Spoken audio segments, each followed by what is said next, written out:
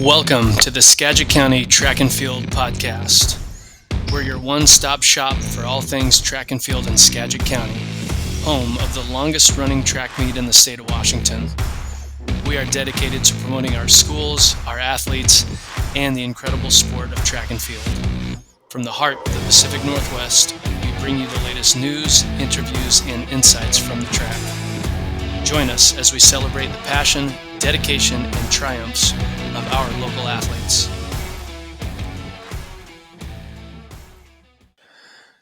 In this episode of the Skagit County Track and Field Podcast, we dive deep into the world of local and state-level track and field.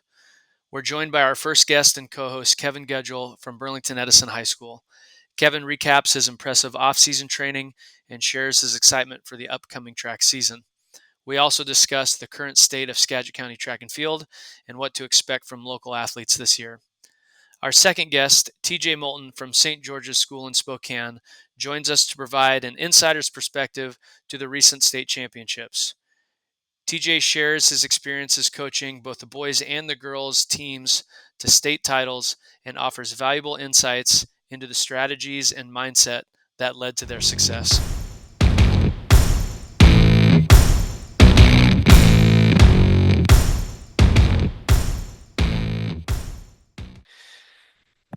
Hey, everybody, and welcome to our second episode of Season 2 of Skagit County Track and Field Podcast.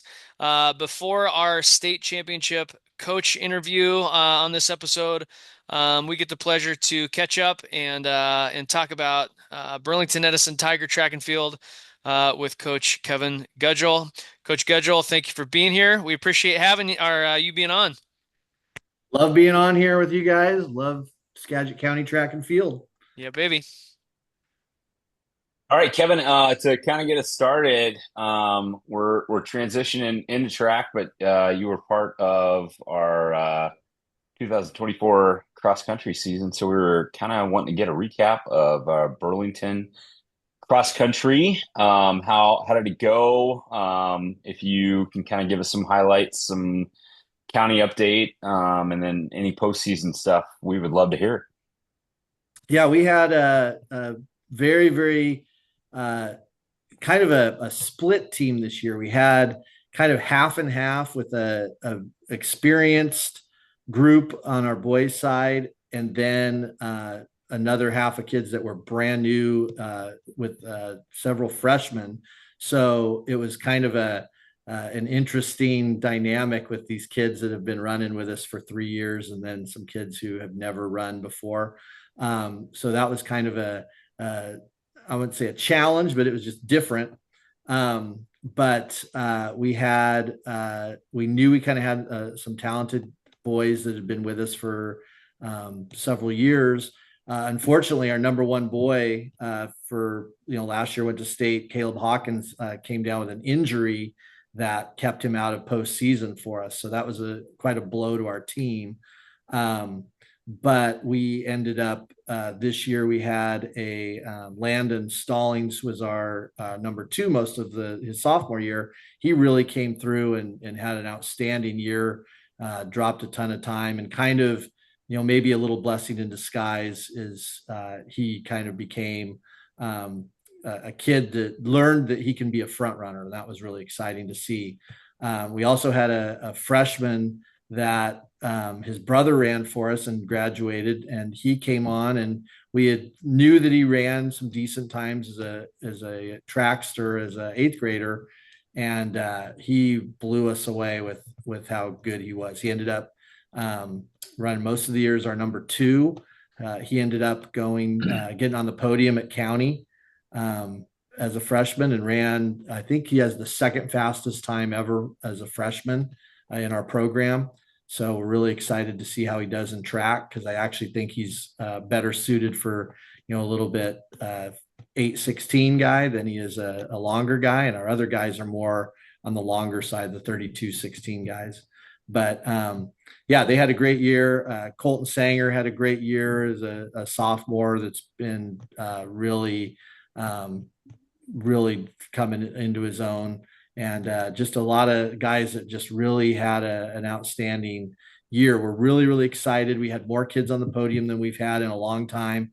We got second to a outstanding Anacortes team, but really, really ran well. And we're hoping, when we get Caleb back next year, we have all of our guys return. We don't lose a single boy. And so we actually think that we've got a chance to be in the mix for possibly even a state berth next year. So pretty excited with our boy distance crew. Our girls had a great year as well, and Jocelyn Serrano made it to got on the podium for the third consecutive year in cross country county, and then made it to the state meet for the third consecutive year. So that was really exciting. She's going to run at Clark College next year. But yeah, it was a fun year. We went down to Oregon, and both teams got on the podium at Oregon at a big Nike meet that they have down there in Portland. And kind of shows that once we get away from the good old Northwest Conference, we actually do pretty well. But it was fun. We also got to tour Nike headquarters, which was really, really exciting for the kids. Oh, great. Did you get out to the track out in the middle of the woods? Oh yeah. That was Yeah, definitely a highlight. That's a neat little thing there. Did you run any laps there? How are your numbers this year? Oh, numbers. I did not run any laps, Johnny, to answer your question. No, I might have walked a lap or half. Our numbers were about average, what we normally get, right around 35 to 40 is about where we're at. Typically we had a pretty good sized boys team. I think we were sitting right at about 12, 13 girls, and then the rest were boys. So yeah, that's about what we typically are. Gotcha. All right, good to hear. Kevin, talk to us a little bit about track and field now. What's the off season looking like for you guys, both I guess from a coaching standpoint and just what you have going on, any organized team activities that are going on, anything like that's worth talking about?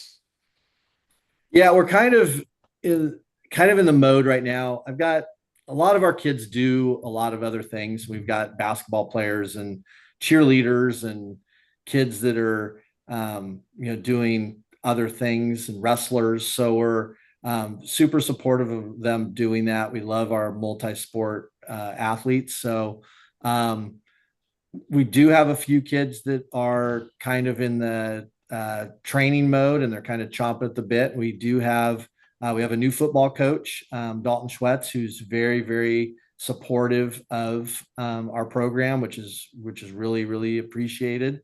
I think we both feel how we can benefit mutually, having a solid football team and a solid track program. So he's running the weight room after school, and I know he's got his athletes that are also our athletes doing some lifting in there. I've got a couple of kids that are out on the track right now, just doing some basic stuff. Our distance kids are running 5 days a week as well. But once we get back from break, we'll probably ramp it up a little bit, give them some workout things that they can do, some conditioning things that they can do. Obviously, with us not being able to be there to work with them, but at least we can give them a plan on what to do and get some of those kids kind of geared up for track. Cool. And then speaking of off-season stuff, you had a pretty cool, I guess, if you're talking about off-season from last track season ending till the beginning of this one, you had a pretty cool experience this summer. You want to talk to us about your trip down to the USA Trials in Oregon?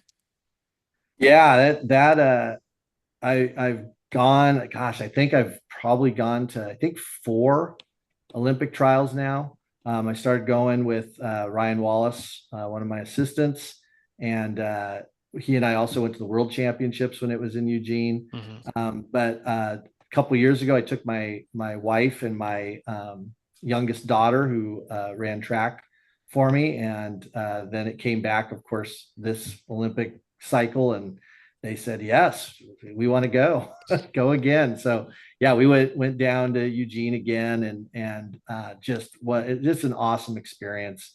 We got to see just so many of those great athletes up close and personal, and it's just a blast. There's nothing like Hayward Field, and just to watch those athletes that you see on TV. And then it was really cool after being there in person, then to watch them in the Olympics was really, really fun. And yeah, I got to see, I think I've seen 4 world records in person now, based on, with the world championships as well as the trials. And that's just a thrill. It's really, really, really fun.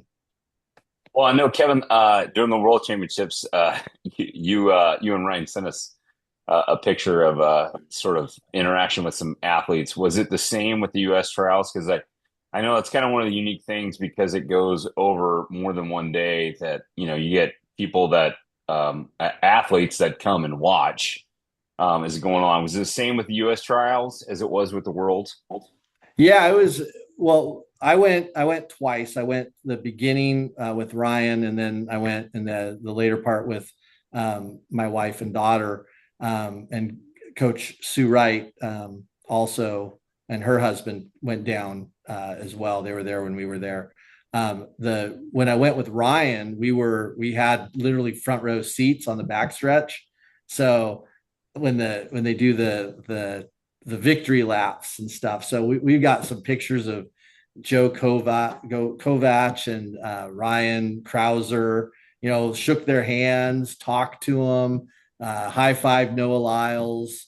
They're right there. And track is so different that way. Ryan Krauser, to watch him, this is a guy who's a world champion, an Olympic champion, world record holder. And he stayed until, he must have stayed an hour after his event, and he signed every autograph.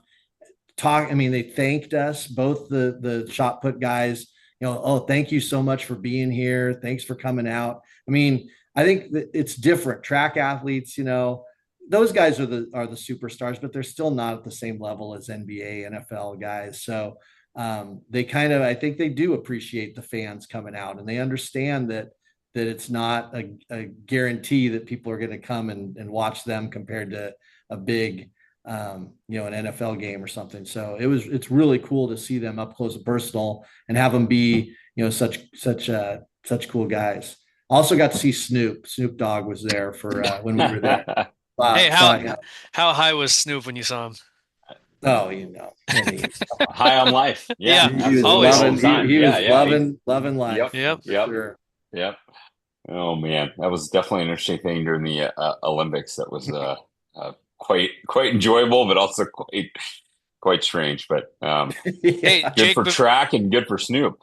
Jake, for sure. before you get to the next question, Kevin, just quickly, have you watched Sprint on Netflix, either the first season or the second?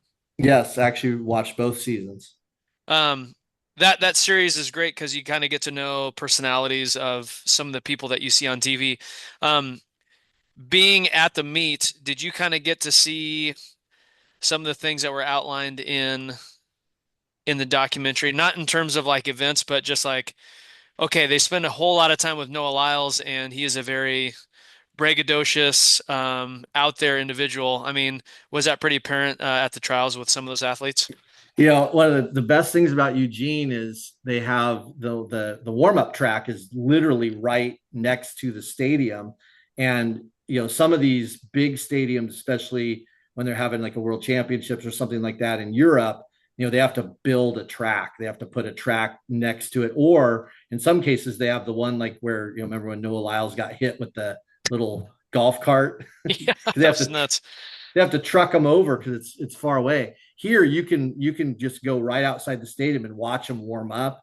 Noah Lyles had, what an entourage. And it was funny because the Netflix cameras were literally in his face every move. He is warming up, and there's 3 cameramen walking around him at all times. And his coach, is there and stuff. So definitely you could see that part of it. That's one of the most fascinating things, to watch those athletes warm up and just to see the drills they do and how, the focus and it is, you just see the difference between them and a high school athlete, and just watching the speed in which they just do a quick little 30-meter burst, or when they're doing, some of the, A skips, B skips, and you're just like, wow, we have no one that can do them like that. So, watching Anna Hall warm up going over hurdles was pretty impressive, and watching, Sha'Carri Richardson, sprinting, just a 30-meter little burst, and you just see the acceleration. It's unbelievable when you're that close to them. That's cool. Yeah, that part would be pretty awesome to watch. And like you said, that venue is unique enough to where it can hold a world championship, but be small enough to be able to see those things. So that's pretty phenomenal. It's definitely on my bucket list. I definitely want to get down there, either for NCAAs is always kind of tough based on timing, but it would be cool to get down for either world or USA trials. So 2028 coming back. there we go. All right. Well, I had kind of thrown this one together just because I kind of want to ask some coaches in the off season just some things that are going on. So it's either something new, used, reissued. So like something reading that you really took some value out of, some training that you're really saw that you wanted to be more in tune with, a focus for this year, a goal for this year, or even, which is kind of fascinating to look at, it's just maybe revisiting some old things. Because one thing I've and maybe I'm leading into this question, but our numbers hopefully are trending the way they've been trending, which is upward from the past 4 years, especially after pre-COVID. So any traditions that you thought maybe you want to reestablish based on renumbers, or like I said, something that just really caught your ear, either reading or listening to a podcast, or again a focus that might be different for this year. What's going on that end? Last year we kind of took a page out of your guys' book and went with the free lap, the timing system, and kind of, we kind of switched up our training philosophy a little bit. And so we went, with the shorter, lot shorter intervals, and focused way more on speed, like pure speed versus volume. And then we kind of had to experiment with that, like what works. Cause then we started finding that maybe our like our mid sprinters, our longer sprinters maybe weren't getting the conditioning that they needed with that. So we had to try to do a combo. And so it's kind of a learning process all over again. And then even just trying to use the free lap, like how do we time, 45 kids? And like, I think the first time we did it, it took us like 2.5 hours. We were just, the kids are in a line and we're just like, come on, this is, I think I called Johnny, like, what do we do? This it can't be working this way. So I think there's a lot of the things that we kind of, tried, and we realized like this worked, this didn't. And I think we really felt like once at the end of the year, we kind of got into a good rhythm with it. The results were great. We feel like we definitely got faster. Our kids did. So I think that's going to be kind of a, tweaking that and kind of looking at like maybe how we did things at the end, and kind of maybe changing a little bit what we did at the beginning of the season. So we'll do some of that. Just for me, I like listening to podcasts. I definitely like watching. I watch track and field, sprint. I'll watch, meets all the time that are on. I listen to a couple of podcasts. Sidious Mag is one of my favorites. It's a really good, focused on NCAA as well as professional. Some of the coaches that they have on there, I've just listened to a podcast with the head women's coach at BYU, who just won the national cross country championship, and she's also one of the top distance coaches in track and coaches pros as well. Just listen to her and like her philosophy and how she does things, and kind of like, oh, that's a good idea, or how she, it's more of the relationship piece and how she like prepares her athletes for postseason and prepares them mentally. So it's not necessarily like a workout that they do or anything, but it's more like um, just kind of the mental game of it. I think is kind of fun to hear from people that are very very successful at it. Um, so there's some of that I think, and just yeah, you're always learning. I mean, I definitely not afraid to try something new. I think it's nice to freshen things up a little bit and see how you can bring some new perspective to your program. Cool. Free lap is it's awesome. I hate technology at times, but they've had a lot of updates and stuff, and it's gotten a lot better. So I promise you, year two is way easier than year one. And I don't know about you, but before we get to the next question, the first year we started going with more intensity-based training rather than volume-based training. Um, it scared me how little we did. Just at the end of a training or at the end of a practice, walking away going, man, I don't know if we did enough. Did you get that feeling too at times? Oh, 100%. I mean, part of it, you and Jake, I think, gave me that insight that, hey, it's going to take you longer into the season before your kids are going to be hitting that sweet spot, and it might mean that there's some times that aren't where you want them to be. And there was definitely that. And the kids even kind of can we do more? Like, I don't think I did enough. Can I go, like, no, trust the process. Yep. And for them, I mean, they just don't understand that how much that taxes your nervous system. And the whole point is to tax your nervous system. And you might feel like you're fresh, but then you're not going to be worth anything the next day. And the next day after that, the rest is just as important as the work. And so I think by the end of the season, I think when they saw their times really start to drop, I think that showed them that I think they liked it. I know they liked it better than, okay, we're going to run, 8 200s, and, that running, 30s and 40s are a lot better than that. So I don't think they ever fought that too much. Well, Kevin, before we get into our interview with TJ from St. George's, give you an opportunity here to shout out to an athlete or a coach that you want to highlight from last year. Someone that you're excited about, or a group of people that you're excited about on your team moving into this track season. Yeah, we're pretty excited about our team. We were very very young last year. We are like most of our main athletes were sophomores, on the boys side especially, and so we kind of knew it was going to be difficult for them, to compete at that level. But they held their own. We got a guy named Evan Fortune who went to state, qualified as a 400 runner last year in the Open, which was super exciting.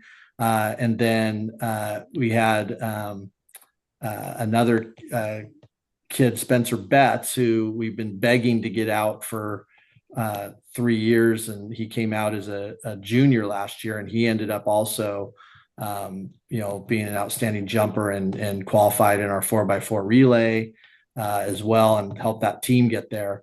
So those guys are back, and we've got a lot of our top kids, our distance guys are all back that were juniors. Caleb Hawkins made it to state as an individual in the 3200 as a sophomore. Jensen King, another part of that relay. We have 3/4 of our 4x4 back. And so we're pretty excited about that group. We have another young man that's coming back to the team that was not with us last year, but will definitely be an impact person. So we're excited about that.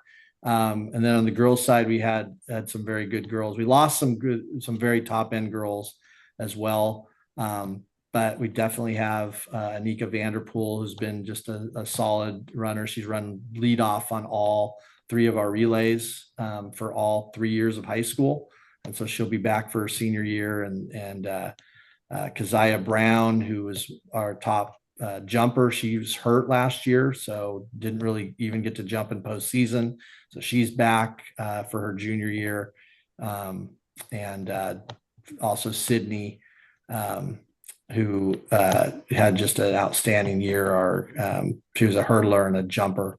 So we're excited to have her back as well. So yeah, and Jocelyn Serrano, who, which is coming off a state cross country year as well.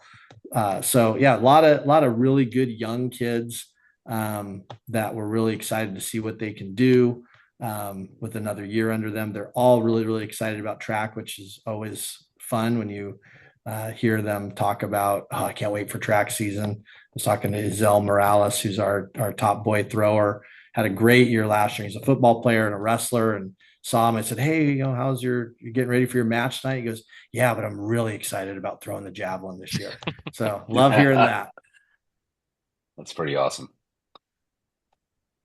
Cool. Well, we're about ready to take a little break here before we get TJ on the show to talk about his state title run. Jake, anything else from you before we break here?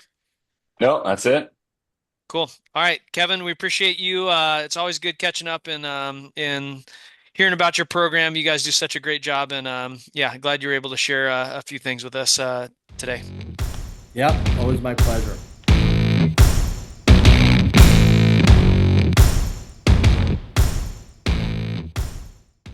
We are super excited this week to have our first state championship coach, Coach TJ Moulton from St. George's. A pretty crazy thing happened this last track season. TJ's led the Dragons. They were to be state champs on both the boys' side and the girls' side of the meet. Unbelievable story. On the girls' side, the Dragons scored 95 points. They beat out the Davenport Gorillas, I think. Is that right, TJ? The Gorillas? Yep. Davenport came in second with 67.5 points, and the Brewster Bears, shout out Mason Elms, was in third with 56. So a pretty decisive win on the guys' side. I'm sorry, on the girls' side. And then on the guys' side of the meet, St. George's scored 75 points. Goldendale was second with 44, and Brewster was in third with 42. Coach Moulton, before we jump into the nitty-gritty on that experience and the state championship, can you give us just a quick and dirty background on your track and field competing and coaching career from like your high school years until now? Yeah, I'm not sure if that's really a 2-minute long story, but I can do my best. I was actually a basketball player kind of all through high school. Didn't get out to track till my senior year. Had a history teacher that was very persistent in getting me out. Kind of came out, and typical of seniors that come out, I just kind of athleted my way through more or less. Had no idea what I was doing. As the year kind of went on, kind of started to see more success, started to figure things out, started to really just fall in love with the sport and wanted to kind of see where I could take it, even though I was late, and ended up at the falls here in Spokane. They were actually recruiting a buddy of mine, and I more or less just tagged along for the ride. And then things kind of just start to develop the more I got into it. Started out high jumping, triple jumping, dabbled in the decathlon a little bit, to varying levels of success. And then kind of had a cup of coffee at Eastern, spent 2 years out there, finishing up school, and ended up coaching at St. George's kind of halfway through my time at Eastern. Started out as an assistant coach in 2014, I believe, maybe it's 2015, and ended up taking the head coaching job in 2021. So yeah, I've been coaching there for 10 years now, which is crazy to say out loud. That's great. Yeah. Kevin, you want to go next? Yeah. So I actually looked up your school because I wasn't sure. I knew it was in Spokane, and I knew you were a 2B school, but didn't really know much else about it. Yeah. So very, very impressed. I can tell you that much. Just what a beautiful location and setting, and looks fantastic. I'll let you go into some details, just the background of your school and facilities and things like that. And a question I have also with that is, do you have your own track? And if not, where do you practice? Yeah, that's a really good question. It is a beautiful campus. We are super lucky in a lot of ways. It's one of those places where you couldn't really find it unless you were looking for it. We're kind of tucked away in some woods and some park trails right along the Little Spokane River. We're lucky in a lot of ways. We don't have a track, which is not ideal. We have a ton of trails for our distance runners. We do a lot of hill work. We use our soccer field as kind of our makeshift track. And then we kind of hop on local high school tracks, maybe once, hopefully twice a week, kind of once we get into April. But yeah, before that, it's not an ideal setup. We get the most out of it. We try not to let that kind of be a crutch for us, but we make it work. We're lucky in a lot of ways, but not having a track is definitely not ideal. That's yeah, there you go. So state champion team and don't even have a track. So I guess no excuses out there. Yeah. Yep. That's what we tell our kids. So we try to live it. Great. Well, TJ, let's jump into the state championship season. And for a lot of the coaches on this podcast, it'll just be one gender, but for you get to talk about both. Yeah. Since both your guys and girls mopped up. I just kind of want to run down this list, and then you can kind of touch on some of the events, being there, coaching those kids, and kind of the experience as a whole. But on the girls' side, you had state champs in the 800. That was Josie McLaughlin, correct? Yeah. Yep. Yeah, and she ran a 2:19.22. She also won the 16 with a 5:11.9, and you placed second in that as well. Is it Reagan Thomas? Yep. And then Reagan also won the 32 with a time of 11:3.51. You guys won the 4x4, and both McLaughlin and Thomas were on that, as well as Wolf and Harbaugh. And you went 1 and 2 in the triple jump. Kaylee Clark jumped 34.02, and Rachel Sudlow was second. Looks like you scored a ton of points in those distance races. Kind of talk to us about your girls and the state meet and those events. Yeah, I mean, I can't really start with our distance runners without mentioning our distance coach, Rick Riley, a bit of a legend around here. He's incredible. As good of a runner as he was, he's an even better person, better coach, and our kids love him. And that's kind of why we've had the success there that we've had. Kind of the thing about Josie and Reagan, and I'll start with Josie. She is incredibly talented, and I mean she's won Pasco the last 2 years in the 800. Very much I will run as fast as I have to run to win, and not much faster. She has won 10 state championships now between cross and track. Wow. Dating back to her freshman year and coming back for more this year. So, she is just an incredible talent, and what I would kind of define as a gamer. And when the big races come, no one wants to be towing the line with Josie, because they know they're going to get the work. Reagan is super new to track and running in general. She was a soccer girl growing up. Kind of came out as an 8th grader, hadn't really done this before, and off of like maybe 2 months of real training ran a 5:23 mile, I think it was, as an 8th grader. And that kind of opened some doors for her. And she for the longest time was splitting between track and club soccer. And this is really the first year that Reagan has gone all in on running. So she had a great year last year. But the jump she made in cross country was crazy this fall. She was 18th or 19th maybe at NXR won our state cross country meet by over a minute, ran 18:20. So she is turning into the real deal. And honestly, that 11:35 was great for her last year, but she's going to be a whole lot closer to 10:35 than that this year. So we're excited. Wow. Yeah. Cool. And then on the boys' side, you had one boy, Sean Jones. He had 4 state championship performances. So Yeah. as we run down the list, looks like the 200, you had a state champ in Braden Bayless, ran a 22.62. You had a 400-meter champ in Sean Jones, 51.13. Now, this is the interesting one that I want to get to later, but he also won the 8, 153.37. So the crazy 4-8 double. Yeah. Jones was also on your 4x1 state championship team that went 44.4. And then looks like Jones was on the 4x4 team that went 332.31. Hill, Bayless, and Whitmer also on the 4x1. Hill, is it Sandy and Morales on the 4x4? Yep. Awesome. So can you give us a rundown of the boys and touch on that experience?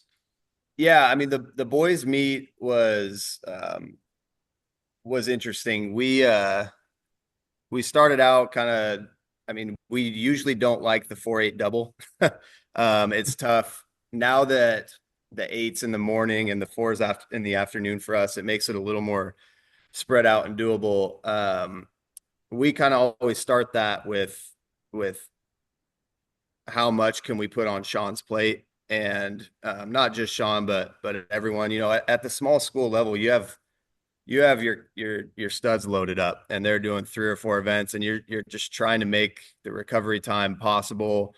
And really, Sean doesn't care about that. He's what do I need to be in for us to win? And to be honest with you, I mean, Sean, he ran that 153 in the morning. And that was actually a 2B state record. And then and the 400 doubling back, it was a lot of, hey, save your legs as much as you can, run what you have to win, because Sean's a 48 high, 49 low guy for us. So we just kind of felt like the 4x1 was doable. Not many guys can anchor a 4x1 that's running 43s for most of the year and also run a 153 800. So he's a pretty special talent there for sure. Yeah, that's unreal. Yeah. Just one more follow-up on that, Kevin, and then I'll turn it over to you. TJ, can you talk about your kind of your philosophy? And I know it's different at a smaller school, but your philosophy on moving these chess pieces around into the right spot to score points at the state meet. How does that affect your training? Maybe your program philosophy? You kind of touched on what athletes to put in what events, but is moving the right kids into certain events and those chess pieces, like I said earlier, does that factor into you guys going into the state meet to score points? I feel like that's like 90% of my job now rather than coaching. I feel like that's kind of what my big picture day to day is kind of all about. I feel like if we do anything well, it's kind of having a pulse on what everyone's bringing back. Kind of the middle schoolers coming up that we expect to make an impact, and I spend an embarrassing amount of time on spreadsheets throughout the year, kind of updating, and this is where we're theoretically at, this is where other teams are theoretically at. And this event graduated 6 people that were in finals last year. And maybe we have a couple of athletes that aren't necessarily refined in that event, but if we move them there early and see what we got, we can make it work by the end of the year. So in my head, kind of throughout the year, and especially when we get into spring, those are kind of the chess pieces I'm thinking about. Philosophy wise, I would say, I mean, it's very we over me when we get to state. I kind of tell kids that, hey, the invites are your guys' time to shine. Go do your thing, drop your times. But when we get into late May, it's about the Dragons, and that's how we're going to do it. we never really make a kid do an event, but they are well aware of what we expect and what we think is best for the team. Kind of strategically, more so than philosophy wise, I would say that we are very much into individual points over relay points. And there's times where we don't run our fastest girl on our 4x2. It's like, hey, we'll get third or fourth here instead, and we'll have you in whatever event to kind of double dip on points. And to be honest with you, the 4x4 the last few years, it's kind of been a how slow can we run and still win this. We've won that race 8 years in a row now. Wow. So that's kind of where we start building our team at, and then we go from there. The 4x4 is our focus for sure. We want to get that and then keep that tradition going and then move the pieces elsewhere. So when you're talking about this with the just your philosophy, and then being from a small school, obviously the points, it's usually every once in a while we get at our meets a school that can get a high 100-point state meet. Pretty rare when you get to that point, but I know in the 2B level it seems to be that you've got to score a pretty high number of points to win that meet. Are you, when you go into that like that planning stage, are you like literally from the beginning of the season looking at it, or do you make adjustments as you see things based on maybe a kid has a breakthrough at an invite or something like that? Do you obviously have a lot of depth with the distances and the jumps, able to go 1-2 at state is really impressive. Do you really try to avoid that to maximize those points like you're saying, or is it if you have a couple of people that could go 1-2 or podium, that you just continue to stack them just because that's where they're strongest?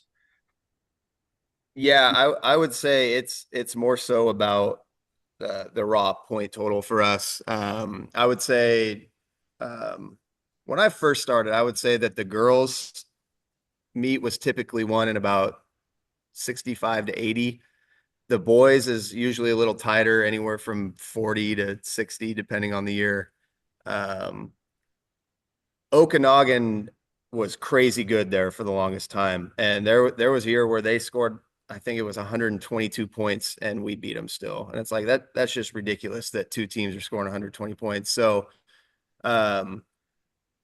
it can, I think the boys are a little more spread out than the girls can be, but as far as kind of stacking events, it's just the raw point total to us. I mean, we go in, I have a spreadsheet at the start of every year that has like all the returners from every state event. And then, so I have like a general idea, of what I think we can score and what points are still available, but, stacking events, whenever you can go 1-2, I'm not going to pass that opportunity up.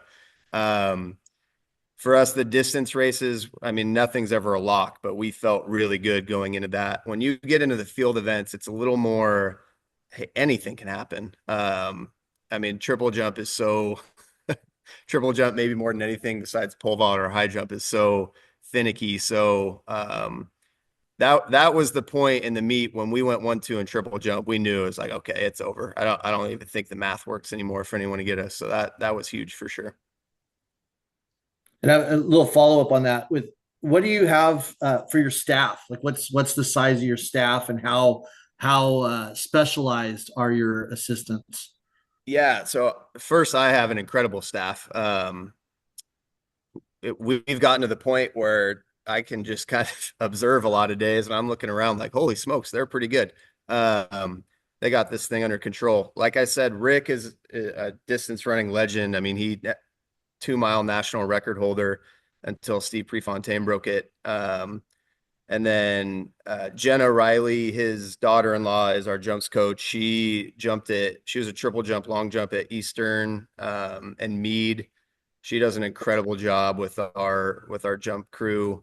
Our throws coach, Joe Day, was a 220-foot javelin thrower at Eastern. He has our throws dialed in, and then I kind of bounce back and forth between sprints and hurdles.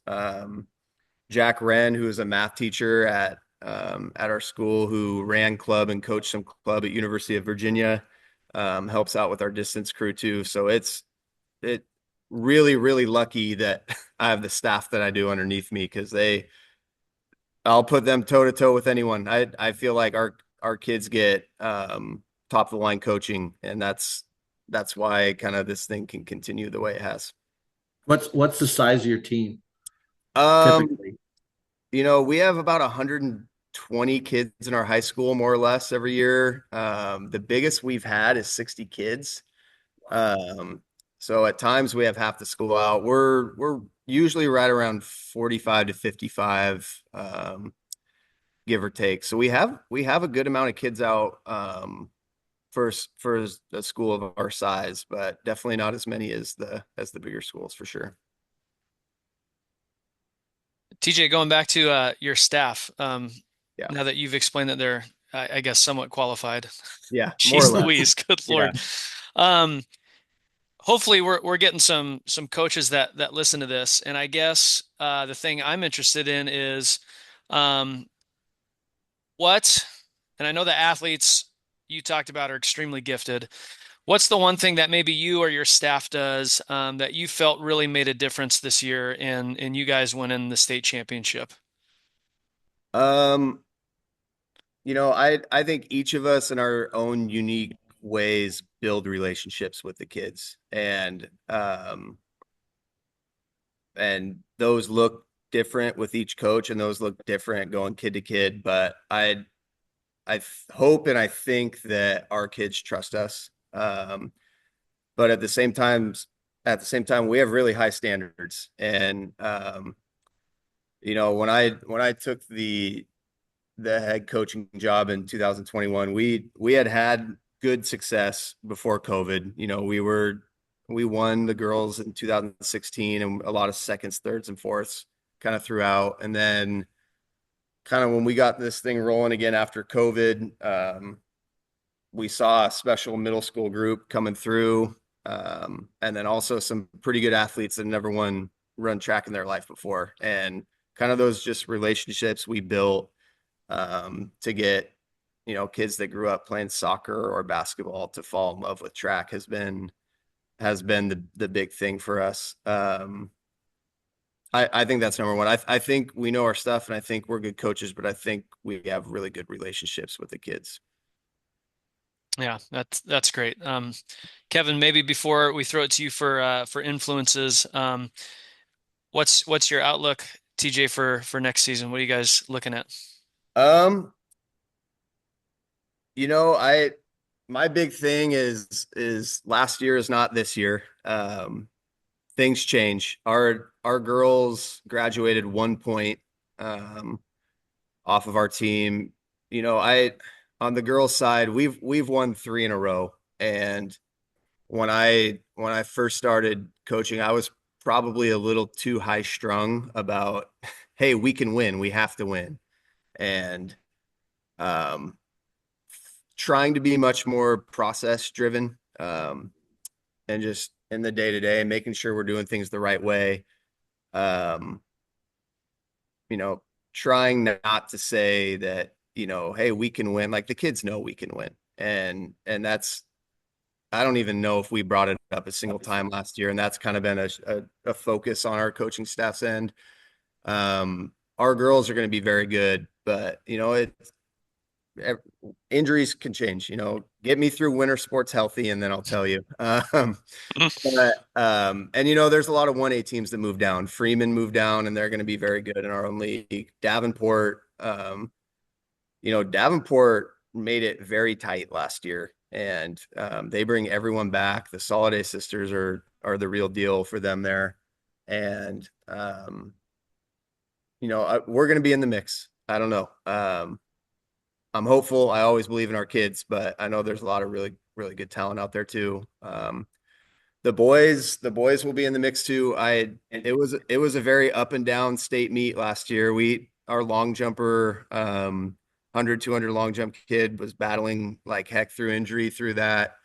We lose, a distance runner in Ben Morales who really has set the tone for our whole program as like hey, this is what you can do when you fall in love with this sport and put the work in, going from a 5-minute miler as a freshman to a state champion. And so we're going to miss that, and we're going to miss our seniors from last year. But we returned 5 state champions. We have 4 to 5 kids getting recruited at the Division I or Division II level right now. So we feel like we have a lot of talent and can make another run at it. But I always say, to win a state championship, you have to be good and you also have to be lucky. So yeah, we're just hoping we're in the mix at the end. And the follow up with the kind of, you talked about your background a little bit. When we first started, who are the 3 biggest influences you would say on your coaching?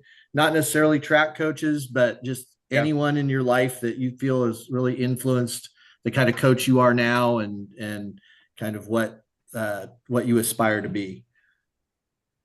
Yeah, I mean, I would start with Rick Riley. He hired me when he was the head coach. And we have a good cop, bad cop thing going between cross country and track. And he's the guy that, for whatever reason, kind of saw something in me and gave me a shot. And we've been like this ever since. Call my Spokane grandpa. I know a lot of our kids feel the same way. He's shown me that it's not about how much it's about the relationships. And there's a lot of really smart people that know what to do, but it's kind of just about building that connection. I would say the guys I coach basketball with too,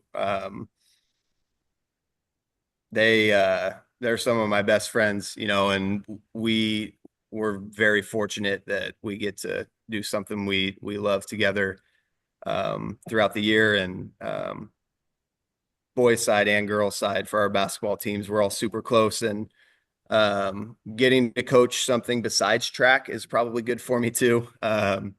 Just kind of get my mind off things and do something else throughout the year. Third, I would say Cecil Jackson. He's the head coach at Spokane Speed Academy, who I also coach with. And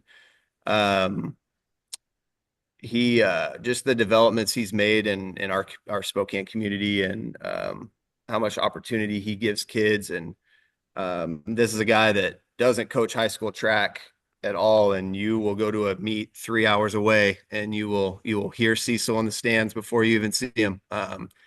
He's kids' biggest cheerleaders around here, and has been huge for me to lean on, for sure. TJ, before we let you go, how's the state meet at Ike? Has it worked out pretty good the last couple years? Yeah, I like it. Eastern it was nice for us because Eastern was close. I really like that our kids get a little bit more of a state feel. I don't like that I have to keep track of 30 of them for a weekend. But our kids have been great there. I'm actually from Yakima, so it's kind of cool going back, and we've had good success there. Boys and girls are both back to back there, so no complaints. This year was, the first year was great, but there were just some kinks to work out. First year hosting something that big. This year, I really enjoyed it. So yeah. Great. Kevin, anything else before we close out?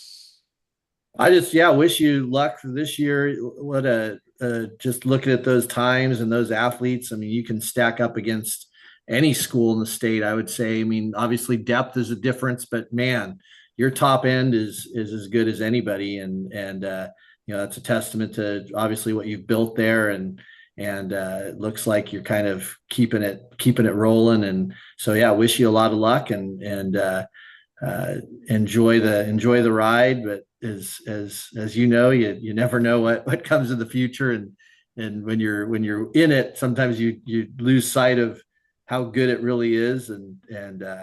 But it sounds like you've got a really great staff and can probably keep it going for a few more years, if not many, many more years. So yeah, good luck to your future for sure. There we go. I appreciate that. Thank you.